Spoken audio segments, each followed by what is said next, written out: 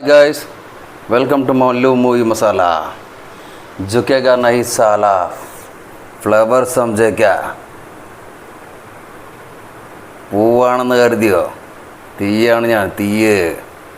Yes, Allu അർജുൻ്റെ പുഷ്പരാജ് വീണ്ടും വരികയായി.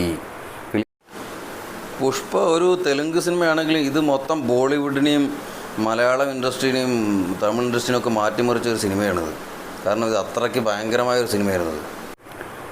2021 Indian മൂവിയെ മാറ്റിമറിച്ച cinema Pushpa. ഇനി ഇതാ 1.5 മാസം കഴിഞ്ഞാൽ വീണ്ടും റിലീസിന് ഒരുങ്ങി നിൽക്കുകയാണ് പുഷ്പ 2 പുഷ്പരാജ്. അപ്പോൾ അതിൻ്റെ പശ്ചാത്തലത്തിൽ ട്രെയിലറൊക്കെ ഇറങ്ങിയിട്ടുണ്ട്.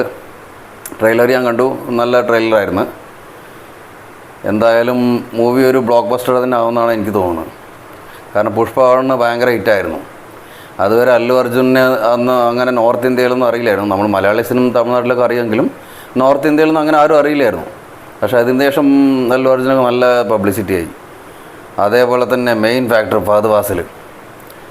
മലയാളത്തിലും തമിഴിലൊക്കെ അറിഞ്ഞ ഫഹദ് ഫാസിൽ ഇപ്പോൾ നോർത്ത് ഇന്ത്യയിൽ എല്ലാവർക്കും അറിയാം. അതിലത്തെ ആ പോലീസ് കഥാപാത്രമായിട്ട് ആളുടെ വരവുണ്ട്. അതുകൂടെ ഫഹദ് ഫാസിലും ഫേമസ് ആയി. ഇപ്പോൾ നോർത്തിൽ എവിടെ ചെന്നാലും ഫഹദ് ഫാസിലിനെ അറിയാം. ഫാഫ അവൻ്റെ പേരേ അതാണ്. അപ്പോൾ എന്തായാലും അതിങ്ങനെ ഇറങ്ങാൻ പോവാണ് മൂവി.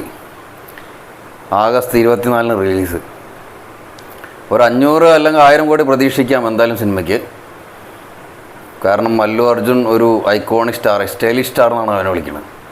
കാരണം അല്ലു അർജുൻ്റെ ഡാൻസ് മുടിഞ്ഞ ഡാൻസാണ്. കാരണം ഇപ്പോഴത്തെ യങ്സ്റ്റേഴ്സിൽ ഏറ്റവും നന്നായി ഡാൻസ് ചെയ്യുന്ന എൻ്റെ ഒരു അഭിപ്രായത്തിൽ അല്ലു അർജുനാണ്. പിന്നെ ജൂനിയർ NTRും രാം ചരണൊക്കെ ഉണ്ടെങ്കിലും ഏറ്റവും നന്നായി നാച്ചുറലായിട്ട് നല്ല ഡാൻസ് ചെയ്യുന്നത് അല്ലു അർജുൻ, നല്ല ആക്ട് ചെയ്യും. പിന്നെ ഫൈറ്റ്, അല്ലു അർജുൻ്റെ ഫൈറ്റൊക്കെ മുടിഞ്ഞ ഫൈറ്റാണ്. ആർക്കും അതുപോലെ ചെയ്യാൻ പറ്റില്ല. ആ പുഷ്പയിലൊരു സാധാരണക്കാരനായി വന്നിട്ട് അവൻ ചെയ്ത ആക്ടിങ് ഇപ്പോൾ ഇവിടെയൊക്കെ എല്ലാ ഇന്ത്യക്കാരും ഇങ്ങനെ ജുക്കേഗാ നൈസാല എന്താ അവൻ്റെ ആ ഡയലോഗ്. ഇവൻ്റെ വീഡിയോ ഒക്കെ ഇവൻ്റെ സിനിമ ഇനി ഇറങ്ങുമ്പോഴാണ് ഞാൻ വെയിറ്റ് ചെയ്യുന്നത്. ആറാട്ടെണ്ണൻ്റെ ഒക്കെ റിവ്യൂവിനാണ്. ആറാട്ടെണ്ണൻ്റെ റിവ്യൂ ആണ് എനിക്ക് കാണാനുള്ളത്. പാകുമ്പോൾ കുറേ കാലമായിട്ട് ആറാട്ടെണ്ണ എവിടെ പോയി എന്നൊരു പിടി കിട്ടുന്നില്ല. ആറാട്ടെണ്ണ റിവ്യൂവിന് വേണ്ടി വെയിറ്റിംഗ് ആണ് ഞാൻ.